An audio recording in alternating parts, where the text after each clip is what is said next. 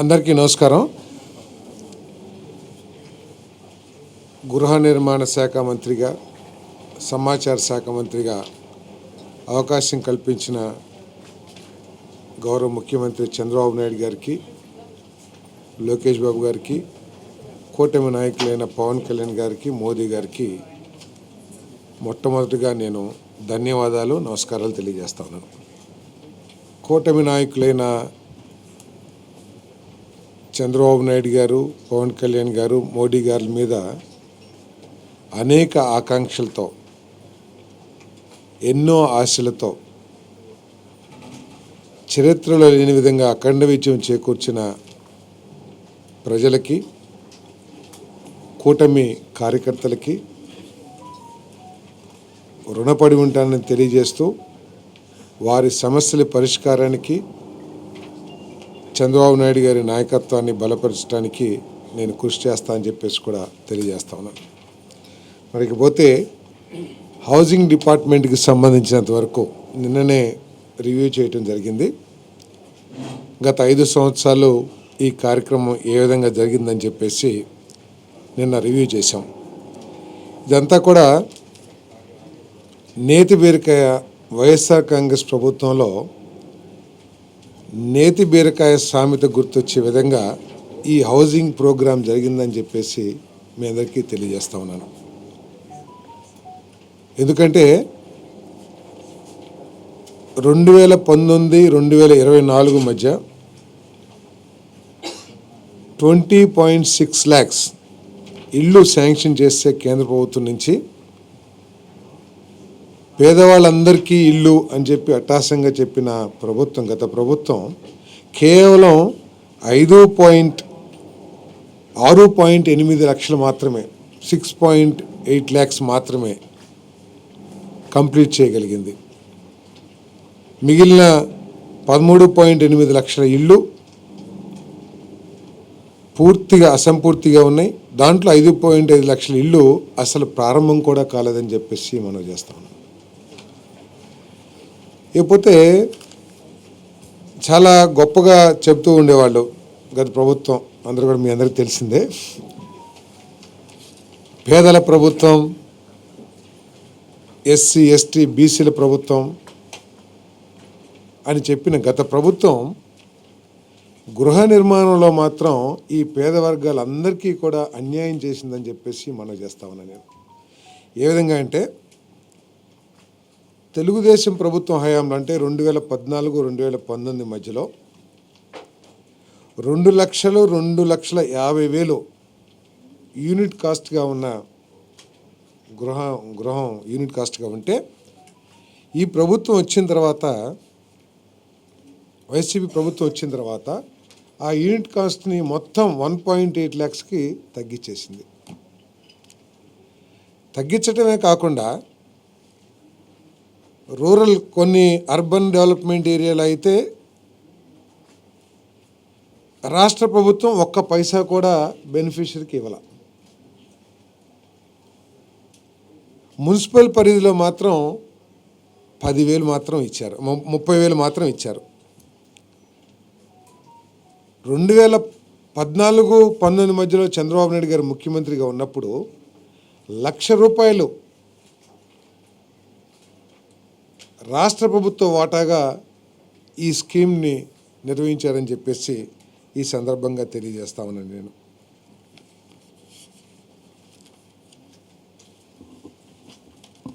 TDP హయాంలో కొన్ని SC ఏదైతే ₹1,00,000 ఇచ్చారో ఎస్సీ ఎస్టీస్కి అదనంగా కూడా ఇవ్వటం జరిగిందని చెప్పేసి మనం చేస్తాను. ఇది స్టేట్ కంట్రిబ్యూషన్. దాదాపు 3 లక్షల వరకు కూడా తెలుగుదేశం ప్రభుత్వం హయాంలో యూనిట్ కాస్ట్ ఉంటే, దాన్ని పేదల ప్రభుత్వంగా చెప్పుకునే వైఎస్ఆర్ కాంగ్రెస్ ప్రభుత్వం 1,80,000కి తగ్గించటం ఒకసారి ప్రజలందరూ కూడా ఆలోచించాలని చెప్పేసి మీ దగ్గరికి మనం చేస్తామని నేను. మరి అంతేకాకుండా తెలుగుదేశం ప్రభుత్వం 2014-19 మధ్యలో పూర్తిగా స్టేట్ ఫండ్స్తోనే, రాష్ట్ర ప్రభుత్వ నిధులతోనే 4.43 లక్షల ఇళ్ళని నిర్మించి పేద ప్రజలకు అందించిందని చెప్పేసి కూడా మనం చేస్తాం. వైఎస్ఆర్ కాంగ్రెస్ ప్రభుత్వం యూనిట్ కాస్ట్ తగ్గించడమే కాకుండా స్టేట్ కంట్రిబ్యూషన్ని ₹1,00,000 నుంచి 30,000కి తగ్గించింది. కానీ తెలుగుదేశం ప్రభుత్వం చంద్రబాబు నాయుడు గారు ఉన్నప్పుడు 4.43 లక్షల ఇల్లుని పూర్తిగా రాష్ట్ర ప్రభుత్వ నిధులతో నిర్వహించిందని చెప్పేసి మీ అందరికీ సవినీయంగా మనవి చేస్తాను. మరి పేదల ప్రభుత్వం అని చెప్పుకునే వైఎస్ఆర్ కాంగ్రెస్ ప్రభుత్వం ఈ 4.43 లక్షల ఇళ్లలో దాదాపు సగం ఇళ్లకి 937 కోట్ల వరకు బిల్లులు చెల్లించుకోకుండా ఎగ్గొట్టిన వైనాన్ని కూడా రాష్ట్ర ప్రజలందరి దృష్టికి తీసుకొస్తామని చెప్పేసి మనం చేస్తాను. జనవరి 2020 అట్టహాసంగా పాత బిల్లులను కూడా మేము రిలీజ్ చేస్తామని చెప్పుకున్నారు. కానీ ₹1 కూడా రాష్ట్ర ప్రభుత్వ నిధులతో నిర్మించిన ఇళ్ళకి పెండింగ్ బిల్లులు రిలీజ్ చేయకోకుండా పేదవాళ్ళకి అన్యాయం చేసిందని చెప్పేసి ఈ సందర్భంగా మనం చేస్తాను. రాష్ట్ర ప్రభుత్వ నిధులతో గత ప్రభుత్వం ఒక్క ఇల్లు కూడా నిర్మించలేదన్న విషయాన్ని కూడా మీ దృష్టికి తీసుకొస్తాను.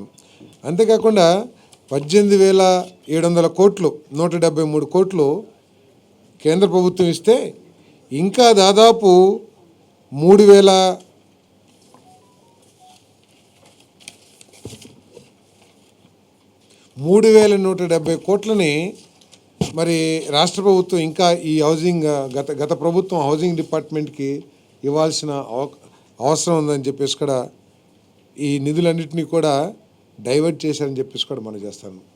అంటే మన పరపతి ఎంతవరకు దిగజారిందంటే కేంద్ర ప్రభుత్వం నిధులు ఇవ్వాలంటే ఒక ఎస్ఎన్ఏ అకౌంట్ అని చెప్పేసి ఒకటి అకౌంట్ ఓపెన్ చేస్తే కానీ మేము ఇవ్వము అని చెప్పేసి ఒక దశలో ఈ గృహ నిర్మాణానికి ఫండ్స్ ట్రాన్స్ఫర్స్ కూడా ఆపేసిన విషయాన్ని కూడా మీ దృష్టికి తీసుకొస్తాను.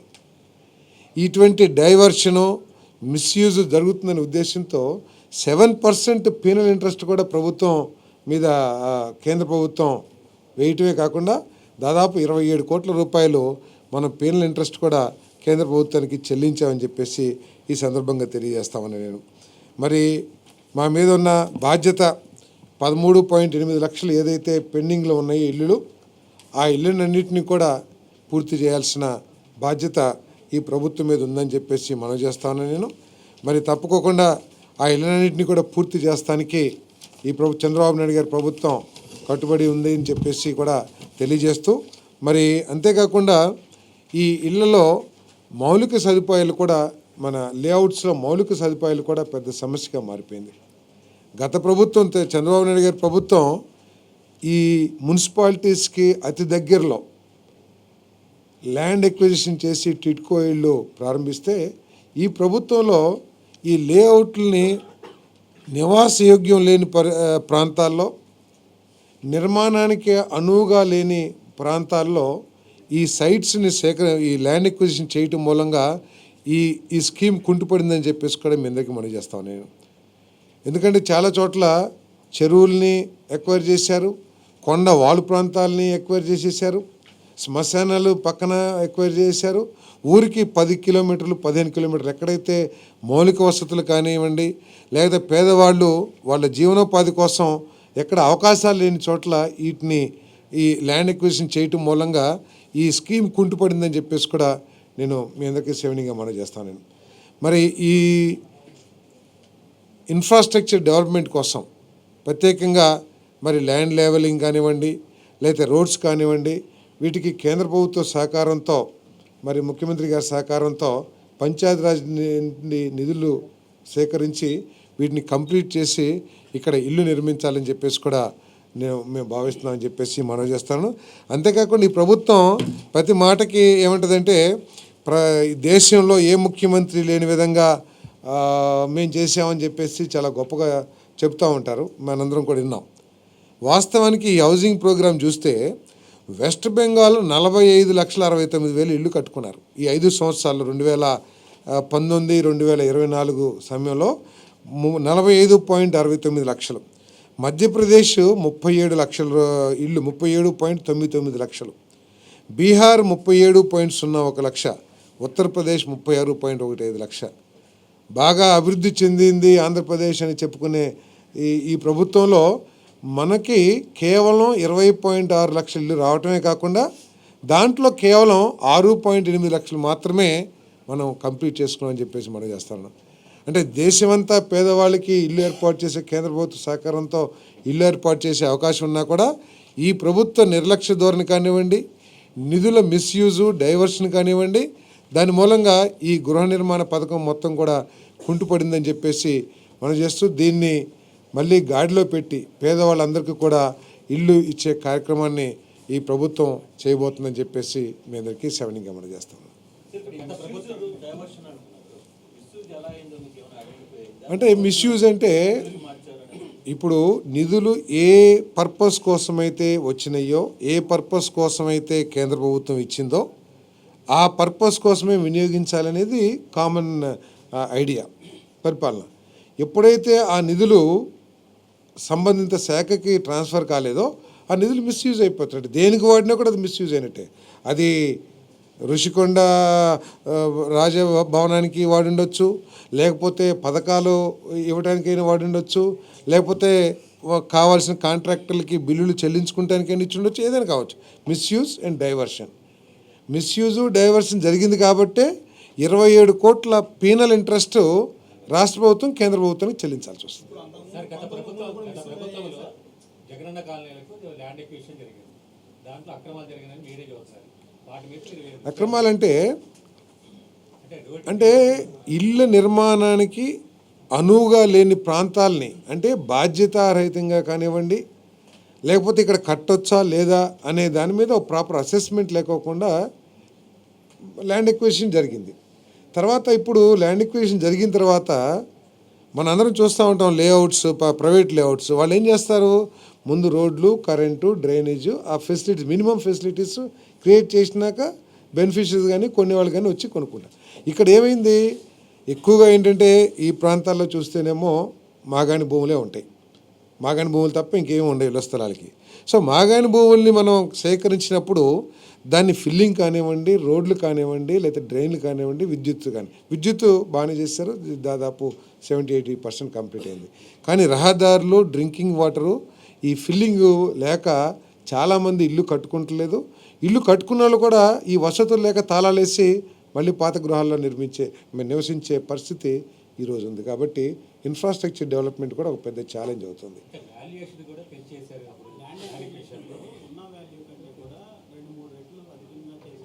అంటే అది ల్యాండ్ ఎక్విజిషన్ యాక్ట్ ఉంది, 2013 యాక్ట్ ప్రకారం తీసుకున్నారో లేకపోతే ఏ విధంగా తీసుకున్నారో.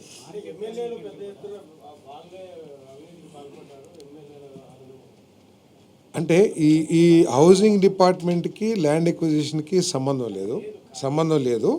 ల్యాండ్ ఎక్విజిషన్ యాక్ట్ ప్రకారం భూములు సేకరించబడ్డాయి. ఇక్కడ సమస్య ఏమిటంటే ల్యాండ్ ఎక్విజిషన్ చేసినప్పుడు నిర్మాణానికి అనువుగా ఉందా, నివాసయోగ్యత ఉందా లేదా అనేది ప్రాపర్గా చూడుకోకుండా బాధ్యతారహితంగా చేశారనేది ఇక్కడ సమస్య.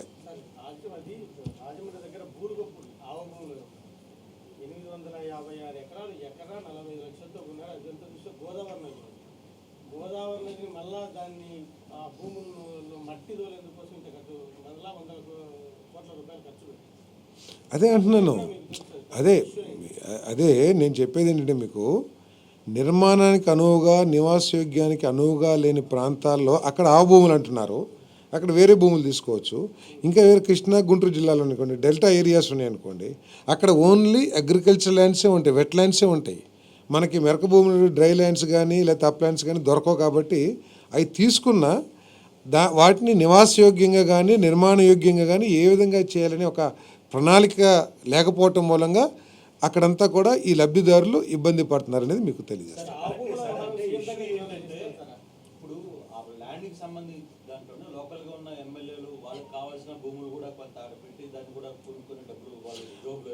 అది చెప్పండి. అంటే నేను చెప్పేది ఏంటంటే ఎమ్మెల్యేలు సేకరించినా లేకపోతే ప్రభుత్వం సేకరించినా అవి నివాసయోగ్యం, నిర్మాణయోగ్యమా కాదా అనేది ఇక్కడ సమస్య.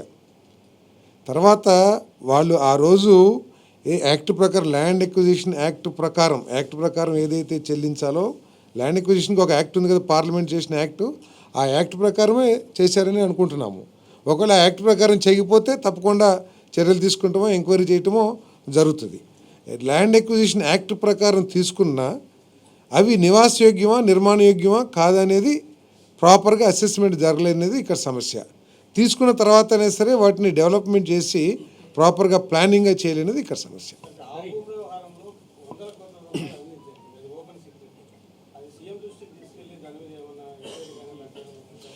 ఏ అవకతవకలు జరిగినా కూడా తప్పుకోకుండా ఎంక్వైరీలు జరుగుతాయి. ప్రభుత్వ నిధులు పేదవాళ్ళ నిధులు మిస్యూజ్ అయినా లేకపోతే నిరుపయోగమైనా దుర్వినియోగమైనా తప్పకుండా చర్యలు ఏ విధంగా తీసుకోవాలో ముఖ్యమంత్రి గారితో చర్చించి తగు చర్యలు తీసుకుంటాం. జగనన్న కాలనీల పేర్లు ఏమైనా మారుస్తారా సార్? ఏదండి? జగనన్న కాలనీలు ఉన్నాయి కదా, వాటి పేర్లు ఏమైనా మారుస్తారా? తప్పకుండా ఆలోచన చేస్తారు. ఇప్పుడు దాకా అయితే దాని మీద ఏమీ లేదు. గత గవర్నమెంట్లో టీడీపీలో ఉన్నప్పుడు టిడ్కో హౌసెస్ చాలా పూర్తిగా ఉన్నాయి, కట్టేశారు. తర్వాత వాళ్ళకి అలాట్మెంట్ జరిగిపోయింది, ఇవ్వాలని కూడా అనుకున్నారు. 2019 ప్రభుత్వం మారిన తర్వాత వాటిని ఇవ్వకుండా మార్చారు, వాటికి రంగులు మార్చారు, బ్లూ రంగులు మార్చారు. ఎస్, సో ఇప్పుడు దాని లోపలికి పోలేని పరిస్థితి. అవును. పూర్తిగా ఇళ్ళన్నీ నాశనం అయిపోయాయి, ఎక్కడంటే చట్టాదారి అయిపోయింది. ఎవరంటే వాళ్ళు దాన్ని ఆక్యుపై చేసుకున్నారు, అసంఘ కార్యక్రమాలకు అడ్డాగా. ఎస్, ఇప్పుడు కన్నా సరే అసలైన లబ్ధిదారులకి వాటిని ఏదైనా మార్చి ఇవ్వాలనుకుంటారా, ఎంత లోపలికి? లబ్ధిదారులు మారుస్తూ అనేది అటువంటి ఆలోచన ఏమీ లేదు. ఎందుకంటే లబ్ధిదారులకు ఇవ్వాల్సిందే. ఎందుకంటే ఆ లబ్ధిదారులందరూ కూడా గవర్నమెంట్కి పేమెంట్ చేశారు 25,000 1,00,000 కాబట్టి వాళ్ళని మార్చి. అంతేకాకుండా ఈ వైఎస్ఆర్ కాంగ్రెస్ ప్రభుత్వం లబ్ధిదారుల పేరు మీద బ్యాంకుల నుంచి రుణాలు కూడా సేకరించారు. ఆ రుణాలు కూడా మిస్యూజ్ అయినాయి. ఎందుకంటే మిస్యూజ్ ఎందుకంటున్నానంటే ఏదైతే రుణం తీసుకున్నారో ఆ డబ్బులతో ఆ టిడ్కో హౌసెస్ పూర్తి చేసినట్లయితే లబ్ధిదారులు దాంట్లోకి వెళ్ళి వాళ్ళు ఇన్స్టాల్మెంట్స్ కట్టుకోవడానికి సుముఖంగా ఉండేవాళ్ళు. ఈరోజు వాళ్ళకి ఇన్స్టాల్మెంట్ కట్టమని బ్యాంకులు ఒత్తిడి చేస్తాం, బెదిరించడం లేదా అవమానపరుస్తాం అన్నీ చేస్తూ ఉన్నారు. ఇంకో పక్క ఆ ఇంట్లోకి వెళ్ళి నివాసంగా ఉండే పరిస్థితి లేదు, మళ్ళీ ఇంకో పక్క అద్దెలు కూడా కడుతున్నారు. సో ఇక్కడ సమస్య ఏంటంటే మొత్తం 2.68 లక్షల ఇళ్లలో 1.5 సంవత్సరాల్లో 90% పూర్తయిన టిడ్కో హౌజెస్ని 10% పూర్తి చేయకోకుండా కేవలం 1.5 lakh ఇళ్ళు మాత్రమే లబ్ధిదారులకు అందించింది గత ప్రభుత్వం. ఇంకా నాకు తెలిసి 1.1, 1.2 lakh హౌజెస్ని టిడ్కో హౌజెస్ని ఇప్పుడు కూడా చేయాలి. ఈ విషయంలో ప్రత్యేకంగా టిడ్కో హౌజెస్ విషయంలో కేంద్ర ప్రభుత్వం అసహనం కూడా వ్యక్తం చేసింది. మీరు నిధులు ఎందుకంటే కేంద్ర ప్రభుత్వ నిధులతో చేస్తున్నారు కాబట్టి. సో అసహనం వ్యక్తం చేసినా కూడా చీమ కుట్టినట్టు కూడా లేకుండా దునపోతు మీద వాన పడ్డట్టు ఏదైతే సామెత ఉందో ప్రభుత్వం పట్టించుకోలేదు. దాన్ని అసలు పూర్తి చేస్తానికి కూడా ప్రయత్నం చేయలే. సో ఇక్కడ ఈ 5 సంవత్సరాల్లో కూడా మేము జగనన్న ఇళ్ళు లేకపోతే జగనన్న కాలనీలు అని ఏదైతే మీరు చెప్తున్నారో దాంట్లో రాష్ట్ర ప్రభుత్వం వాటా మినిమల్, కొన్ని చోట్ల అసలు లేనే లేదు. మొత్తం హౌసింగ్ 5 సంవత్సరాల్లో హౌసింగ్ ప్రోగ్రాం అంతా కూడా మోడీ గారి నాయకత్వంలోని కేంద్ర ప్రభుత్వ నిధులతోనే జరిగింది తప్పితే రాష్ట్ర ప్రభుత్వ నిధులు కాదని చెప్పేసి మనం చేస్తాం. సార్, గత గవర్నమెంట్లో విజయవాడ నుంచి కానీ ఇతర ప్రాంతాల నుంచి కానీ రాజధానిలో కొంతమందికి రైట్స్ ఇచ్చారు. అది కోర్టు వల్ల ఆగిపోయింది. వాళ్ళకి ఎక్కడైనా లొకేషన్ చేస్తారు లేకపోతే ఏం చేస్తారు? ఇప్పుడు ఎలాంటి అని మీరు చెప్పినట్లు కోర్టులో ఉన్నాయి కాబట్టి కోర్టు కేసులో ఏ పరిస్థితిలో ఉన్నాయి అనేది ఒకసారి రివ్యూ చేయాల్సిన అవసరం ఉంది. సో దాని మీద ప్రభుత్వం ఒక ఆలోచన చేయాలి. ఎందుకంటే అమరావతిని మళ్ళీ ఇంటర్నేషనల్ సిటీ లాగా అభివృద్ధి చేయాలని చెప్పేసి పనులన్నీ త్వరితగతిన జరుగుతున్నాయి. సో ఈ కోర్టు లిటిగేషన్స్ని ఏ విధంగా అధిగమించాలి ఇవన్నీ కూడా ప్రభుత్వం ఒక ఆలోచన చేయాల్సిన అవసరం ఉంది.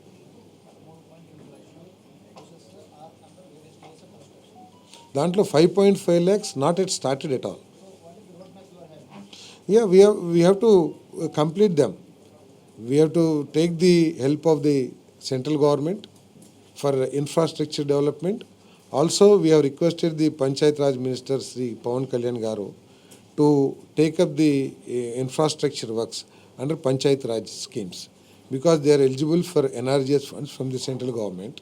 So, these rural housing or infrastructure can be done under NRGS. And urban housing, wherever infrastructure is required in the urban area, that requirement can be met through Amrut. So because there are two ways, we will, with the help, with the blessings of the Honorable Chief Minister and the help, we will approach the Government of India to consider the housing scheme in Andhra Pradesh, because the layouts are formed and beneficiaries are already identified, and the program is in the middle. So we are going to request the central government to special help. AC తీసేటారు. Journalist హౌస్కి సంబంధించి చాలా ఆశలు పెట్టారు, చాలా పోతున్నాయి. మీ ఆధ్వర్యంలో మాకేమన్నా ఆశలు జర్నలిస్టులకే కాదు ఆశలు పెట్టింది, అందరికీ పెట్టారు ఆశలు. ఏమైనా అనౌన్స్ చేశారా? ఓకే. సో ఈ 4-5 రోజుల్లో చాలామంది జర్నలిస్ట్ మిత్రులు కనపడ్డారు, కలిశారు. వారు కూడా ఈ సమస్యని కొన్ని సమస్యలు నా దృష్టికి తీసుకొచ్చారు.